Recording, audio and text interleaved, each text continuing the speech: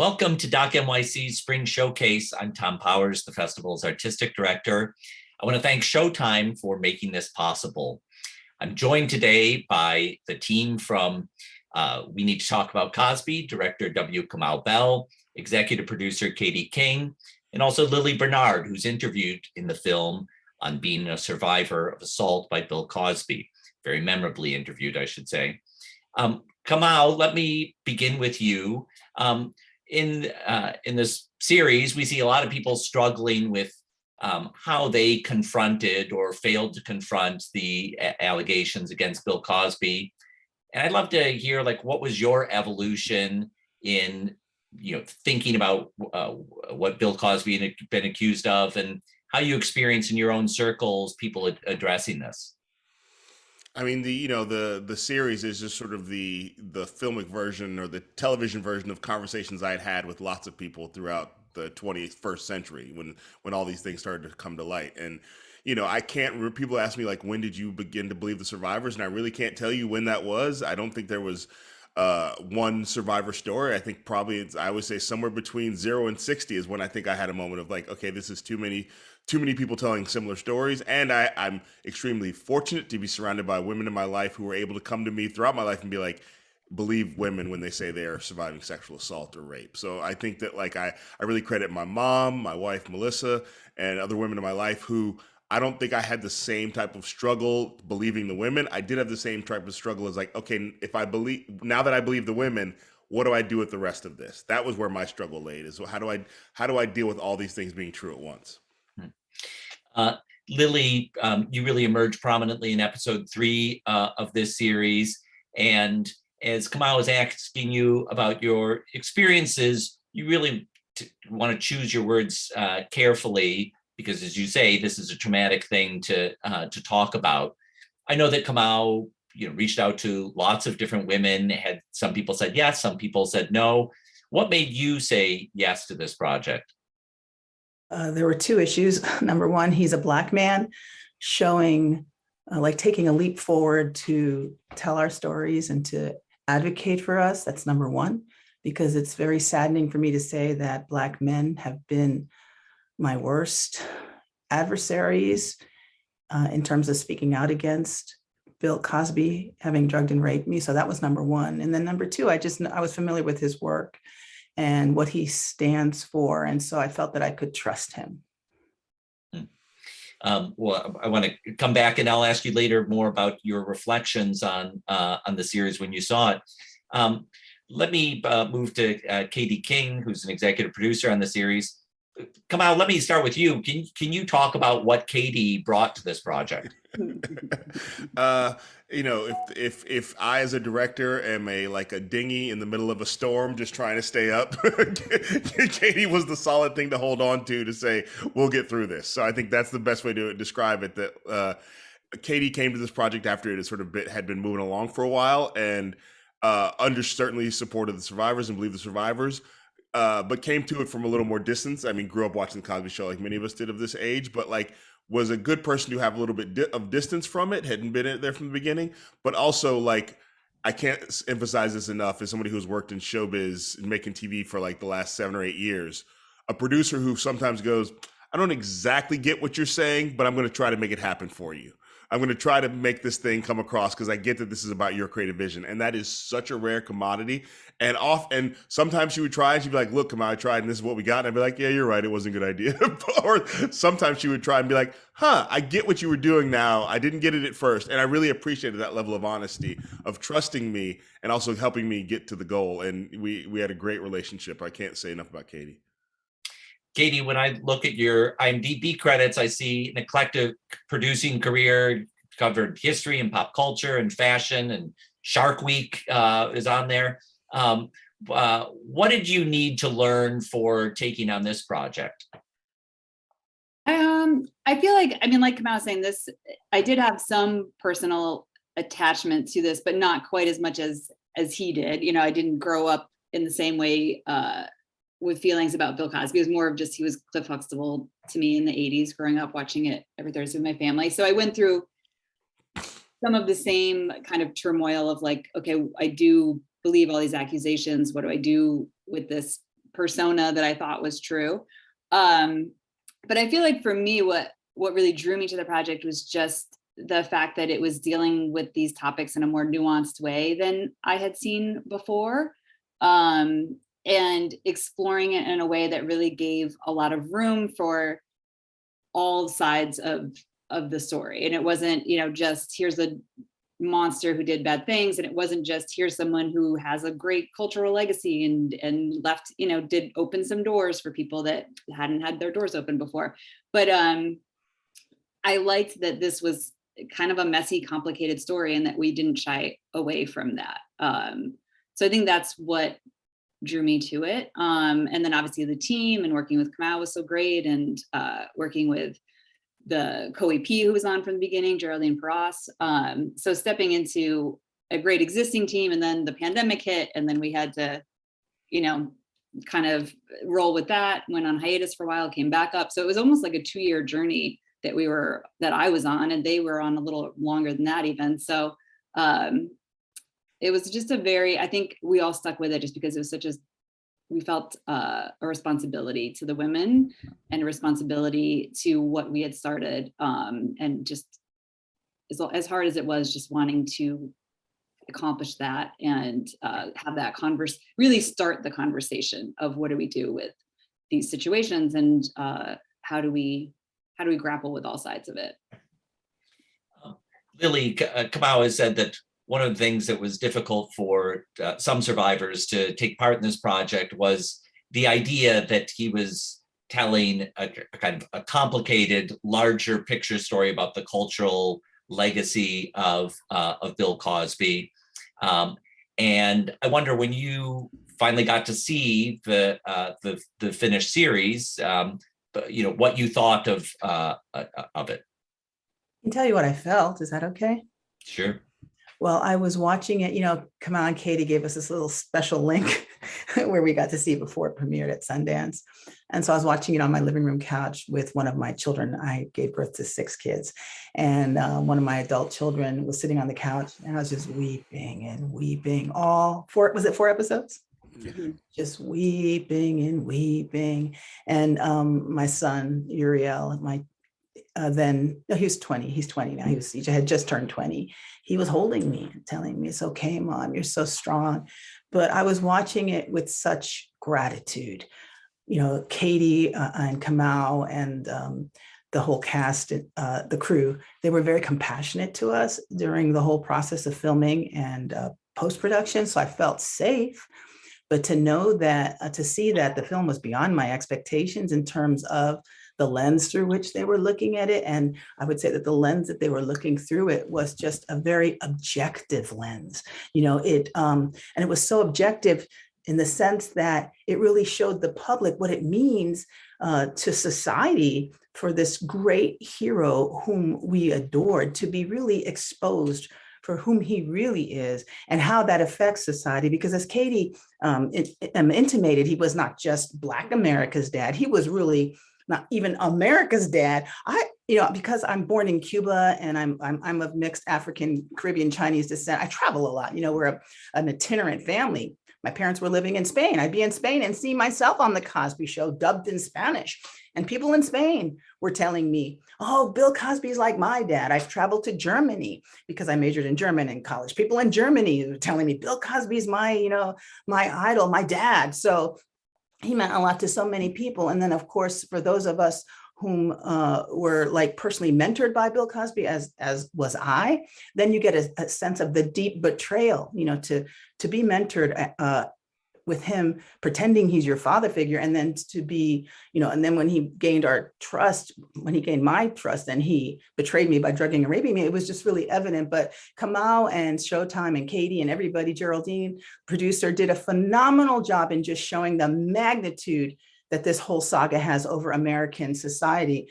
And then to see how it impacted the Black community in specific, because me as a Black survivor of a beloved Black icon such as Bill Cosby, to speak out, it takes like a certain magnitude of fortitude than the average, because we are I am horribly attacked by the Black community, horribly. And I'm telling you, horribly includes death threats, rape threats that continue to this day. So I just tremendous, deep gratitude for Kamau, and that he's just sticking his neck out on the line for us. He's now on this receiving end of hatred from some people in the Black and entertainment community. So thank you, Kamau. I mean, just to be clear, like the thing that kept me going personally at many times, because the pandemic hit and then Bill Cosby got out of prison, and there are other Cosby doc projects that we know are out there that haven't come out. And so at some point I felt like maybe this is going to be one of those. But the thing that kept me able to do this during the difficult times was hoping for the response like Lili just gave about this, saying that these women sat down with us. All the other people who are in it are just entertainers, people talking, academics. It's not going to affect them dramatically for not being, if this doc hadn't come out. But for the survivors who came forward and trusted me with their story and were so funny and fierce in it, that's what kept me going. Like, these women shared their stories with me. I have to get this to the finish line. So thank you, Lili. Oh, thank you, Kamau. I mean, tremendous gratitude for you. I tell Kamau all the time, I'm texting him, tell your mom I said thank you for birthing you. Don't I do that, Kamau? Yes, you do. Yes, and I've told her. Because he's 1 in a million. It's so sad to say, but he's 1 in a million. And unfortunately, some Black males, some celebrities have even gone so far as saying horrible things about us. And you see this in the very beginning of the documentary. So we are attacked. I mean, we are attacked so badly. Fans are just some of the meanest people. Mean. So now that this series has been out in the world for a few months, do you see any shift in that? Do you, Kamau, of the people that you reached out to years ago and who declined to be interviewed, have you heard from anyone who says, had second thoughts about it now that the series is done? No, I haven't heard from anybody who has second thoughts about not being in it. I think that maybe if Bill Cosby had still been in prison, that might have happened. But the people who I think decided not to be in it for whatever reasons, and I got a variety of reasons, I think maybe felt like, oh, it's even better that I'm not in it now that he's out of prison. So I have heard from people. I've heard from, I'm surprised by the people I haven't heard from. I'm surprised by the people I have heard from. I've gotten messages from very famous people who tell me that they appreciated it and really responded well to it. And then there's people who I feel like I know personally who I haven't heard from. So I sort of know that like it's out there. The thing that is most gratifying is to hear from not just the women, the survivors of Bill Cosby, but sexual assault and rape survivors generally, about how they feel like it was handled in the film, how the stories were handled.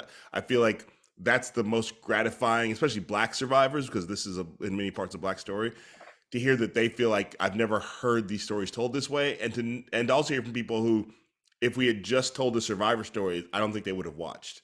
And if we had just told the cultural impact story, that's not the story I wanted to tell. So I think there has been a real cross-pollination of these audiences, and Tressie McMillan Cottom talked about how she watched it with her whole family, and it led to so many conversations as they sat together and watched it, a Black family watching this. So to me, that was the goal, is to, always in my work, the goal is to improve people's conversations and have their conversations be more informed and more interesting. So I for the people who've seen this, I feel like we have done that. And I always knew that the people who hated this the most would be people who probably never were going to watch it. They were just going to hate it on its face. Could I piggyback on that question, Tom, briefly? Part of the gratitude that stems from Kamau speaking out is the silence that you're speaking about, right? Tom, you asked him, what about those people who did not accept your invitation to speak out in the documentary, and particularly those Cosby survivors of us who are Black, and a third of us are Black, we number over 20, who have spoken out. I know about 4 other Black Cosby survivors who have not spoken out, because it comes, of course, with this great burden. But we, the Black Cosby survivors, have spoken against amongst ourselves, that of a sense of betrayal from those particularly Black celebrities who habitually do speak out in support of the underrepresented or the assaulted or the marginalized person. There are a number of those celebrities who have platforms, whether it's talk shows or whether it's podcasts. And you saw some of them on Kamau's documentary, but then they have never spoken out in support of us. And so there's this feeling of betrayal, as if their silence is compliance. And what Kamau is doing on a personal level in bringing this conversation to Black communities, where it is totally against the status quo for Black people to speak out against rapists. It's just, that's just goes way back, that harkens way back to slavery. But what he's doing is how that's resulting in my life is like fewer people are attacking me now. Fewer Black people are attacking me now because they believe Kamau, his perspectives. I'm like, thank you. That's true. I just want to, just as we're sharing the love here, I think it's really important to state that, like, one of the things that one of the goals when we started was, like, I want to be able to have the survivors who are able to talk about the cultural impact and also their being survivors, mix those conversations, and then have those survivors appear in the doc just as people who are talking about Bill Cosby and talking about the effect, and people who worked with Bill Cosby. And Lili was so key in that, because in 103, the episode you talk about, before you get to Survivor story, and I love this clip where she talks about what it was like to be on the Cosby Show set. And she's able to say what that felt like to see all the Black stage managers, Black hair people, Black PAs, all of the set, and to go, this is a person, this is complicated. And Lili is a person who can recognize the complicated nature of this. And we're going to let her to sort of give these people a more three-dimensional version of themselves, and just as we see the survivors on the news talking about the time they were with Bill Cosby and being assaulted. To me, it was like Lili is such a key part of how we told the story. Katie, one of the things that brings a lot of power to this series is the ability of your team to pull together an enormous amount of footage and different sources over the last 50 years to build out that incredible timeline that is so meaningful in the film. And I think as viewers, we probably take for granted or don't see all the work that goes into to sourcing those different clips. I mean, I think when for instance, when Lili tells her story, you've got clips of her on the Cosby Show, and it really evokes that period going back a couple decades. Can you talk about the enormous efforts that went into sourcing everything? Yeah, I mean, the archival was definitely a huge challenge. Since then, I've watched other docs. Like, we were watching The Last Dance together, like in the spring of 2020 when that was airing, and I was like so jealous of the access some docs get to archive. Like, if you have cooperating subjects and you get access to personal archives or their professional archives, and obviously we did not have any sort of participation from our main subject.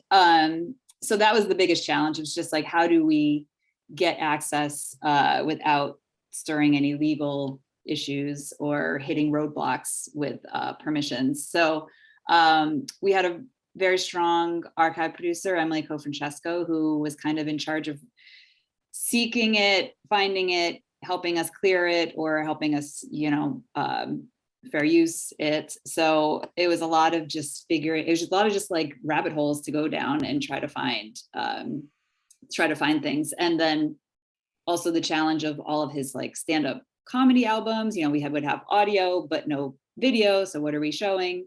But I think that honestly, the thing I'm most proud of the series is the archive or the coverage that we didn't use, which is like when the survivors are talking. I thought for sure someone along the way was going to make us do recreations or like some sort of artsy archive. And instead we really just sit on their face, and we have, A cam and B cam, and just let them talk for up to like somewhere like 8 to 10 minutes at a time.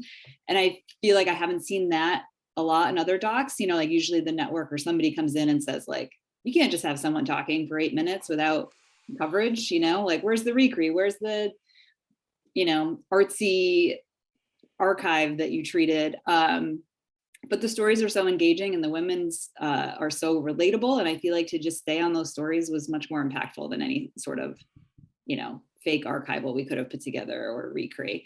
But yeah, the archive was a huge challenge, and I think luckily we didn't have too many issues. I thought at the end we would all of a sudden be hit with all these legal notes and have to take, you know, a half of the show out and then be screwed. But that didn't happen. We had great lawyers attached to, and yeah, it was. I mean, the other thing was just, you know, we didn't get high def, high res of everything. So there is, you know, that, and like some bugs that come out, I was like, just leave it in. Like some that even said like not for broadcast, and we were like, is anyone gonna? No, okay, it's in. It's Showtime. It's Showtime. They let us do it. So yeah, actually, I'm very appreciative of Showtime for being so, you know, go with the flow, and we're like, whatever you need, whatever tells the best story, do it. Which is not always the case. You know, I'm used to that. Kamau, I want to ask a question about those interviews that, you know, as Katie says, you do stay on for a long time. And I think they're very enriching to see people grappling with all kinds of different emotions. And a lot of those interviews you've filmed with people sitting on couches of various sorts. And I wanted to ask about that choice in artistic direction. I mean, it's funny. We were sort of were wondering if people would ask about these couches, because we had a lot of talk about the couches, and I would like to tell you that we had a huge couch budget that we appropriated for individual couches. But the thing that I love about the work that I genuinely do, and I've loved about working with people I did, we just went into places, you rent the whole space to film, a studio, and you go, we need them to sit on something, and we just sort of over time kept finding these sort of funky couches, and it sort of, the theme sort of revealed itself, and we sort of were like, what are we saying here? And it was like, I don't know, but these seem to work. You know what I mean? And I think that like this is a lot of art is sort of like, I feel like at some point I said this, it's like a episode of Chopped, the TV show. These are the ingredients we have. What's the best version of this? And I think those couches certainly are metaphors for a lot of things. And I think that like that it helps support the story, but it was also at the end of the day, it was important to me that people felt comfortable in where they sat. And so instead of getting the folding chair that sort of that they can cover up so you don't have to see it or something, it was also about, I want these people to be comfortable. These are long interviews. And it's just important to say, we care about your comfort while you're here. So I think that's, it's sort of, it was utilitarian, but then as always happens in art, the utilitarian also takes on a part of the art. Yeah. Lili, in the documentary, I see you were part of a group that lobbied California to change the statute of limitations, and I get a sense from the film that that you know you remain very active around advocacy. And I want to ask you about how you choose to give your energy to this kind of advocacy versus the time you want to preserve to do anything but think about this. Yeah, that's a great question. And I think that like when you look at people who are narcissists or criminals, you know, there's talk about how they were abused as children, blah, blah, blah. But I think that when people are abused either as children, you know, in domestic violence or by rapists in young adulthood, that you make a choice, you know, when you pass the trauma. Are you going to hurt people like you were hurt, or are you going to heal people? And these are the choices that you make. And so, you know, I'm one of the people who decided, well, let's see what I can do with my trauma. Can I transform it to help people? And what's the most effective way that I could do that? So when I was thinking about coming out against Bill Cosby, I was terrified because he had threatened my life. He made it very clear what he would do to me with words that I reasonably interpreted as death threats. He told me that he would erase me. He told me that he would also blacklist me, which I don't doubt that he did, because my career suffered a tremendous derailing after the trauma, not just because of the you know, the trauma, which causes sickness. Of course, when you're in a high anxiety state, you know, you have a lot of cortisol, that the hormone causes sickness. But so I didn't want to come out because I had always equated my coming out with him killing me. That's what I thought would happen, that he would kill me. And so I was terrified. But as I saw the other women coming forward, I'm like, how could I not come forward? As well as an actor, I'm also a visual artist whose artwork deals with these issues of trauma. So I thought I have to be true to myself. And when I decided to come forward, I said, well, I would only come forward if my coming forward would help in some way shift rape culture towards believing women. And then like in December of 2014, when I was hospitalized, a friend of mine, Roger Gwenbohr-Smith, who's a phenomenal actor whom you probably know, has another friend, Caroline Heldman, who was actually working on abolishing the statute of limitations on rape prosecution. He says, you got to meet my friend Caroline. So I met her, and then about 6 months before I came public, and even before going public against Bill Cosby, I was meeting with women to abolish the statute of limitations. And so we formed this group called End Rape SOL.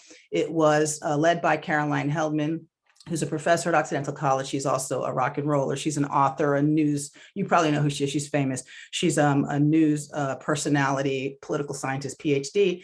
But within a matter of 16 months, we were able to abolish the statute of limitations on rape prosecution with unanimous votes in all 6 hearings. And we were really, we organized and we lobbied, we campaigned, we did caravans up to the capital state, to Sacramento, because there was nothing that I could do with my evidence about Bill Cosby because the statute of limitations prevented me. I brought my evidence that I have against Bill Cosby. I brought video testimonies of people, who I told at that time, my agent at the time, my therapist at the time, who all gave me video testimonies so that we could use them to help abolish this law. And we did it in 16 months. So there's no more statute of limitations. And then along with Mira Sorvino and also Caroline Heldman, Mira Sorvino is a Weinstein survivor, and Jessica Barth, we changed about 4 laws in California that are relative to employment and sexual harassment on the job. So yeah, we've been really working to do that. It's a transformation of our trauma. And it's actually like a politicizing, in a sense, of our trauma, because there's political power in our voices when we speak out. So it's like the best you can do, to help people change the laws. As we wrap this up, Kamau, I want to ask you, now that these 4 hours are out there in the world, and we can, put a frame around this and extract lots of different truths from this. It's, I think, one of the great things about this project is its complexity. What would you like for people to take away from this? I think Lili just said it, is that there's more work to be done. This is not about, we're telling the story of Bill Cosby's way to tell a story about America's history and present of rape culture and how that affects all of us. And so for me, the idea being that, through United Shades, I've done episodes about how poor sex education is throughout states in this country. And so, you talk about, we did an episode in Mississippi where sex education is basically don't have sex because God said so. And that's basically the whole thing. And that is not stopping people from having sex as teenagers. And there's no talk about intimacy or intimate partner violence or domestic violence, or there's no talk about all the things you should know as a growing adult in the world about how to have sex and how to deal with people. And there's nothing to talk about what to do if you need help. And so for me, it's about a full stop. We need to redo society, how we deal with issues around sex and sexual relationships. And then on top of that, with show business, it's about showbiz was built, as I've said before, as the dream factory. And the thing they didn't do is go, before we start making dreams, where do we put the human resources department? That's not a part of how show business was built. And it's still that way in large part. So I think the idea being that show business still has to do a better job. And, there's stories coming out. I don't know what happened on the set, but something happened on the set of that Aziz Ansari movie. It sounds like Bill Murray was involved, but it's still we need to create protective environments so that if you are the lowest person on the call sheet and something happens to you, that there's a place you can go and get help and not get blamed or get fired. So to me, those are the 2 things that I think and that's not a thing that happens tomorrow. That's the thing as Lili is saying, that's a part of the activism of moving forward. Well, I hope viewers get to watch all 4 episodes of We Need to Talk About Cosby. It's really an incredible work. I want to thank you, Lili Bernard, Katie Kane, and W. Kamau Bell for joining us today. Thank you. Thank you.